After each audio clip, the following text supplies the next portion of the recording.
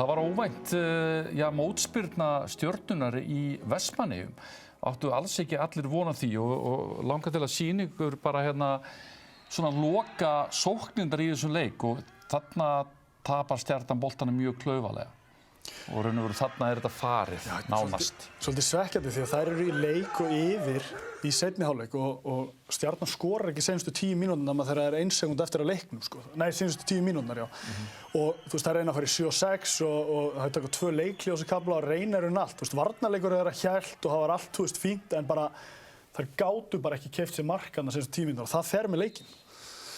Klókindi líka og reynsla kannski svona sem að er í IBF-liðinu líka að loka svona leikjum því að þú veist, ef þú vinnur leikina sem þú ert ekkert endilega að spila þinn besta leik þú ert alltaf voðalega ánægður, sko. Þú veist, þú mannst aflið, þú mannst 1 leik ekki búið þitt besta. Það er enginn að spurja í lokin hvort þú unnið þennan leik með 1 marki eða 10 marki, sko. Það er hárrétt. Svo varstu mér alltaf óstöðandi Birnu Berg, sko. Hún var ótrúlega í þessum leik, sko. Er þetta ekki bara eitt besta tímabil sem hún hefur spilað núna? Bara frábær leik eftir leik, sko.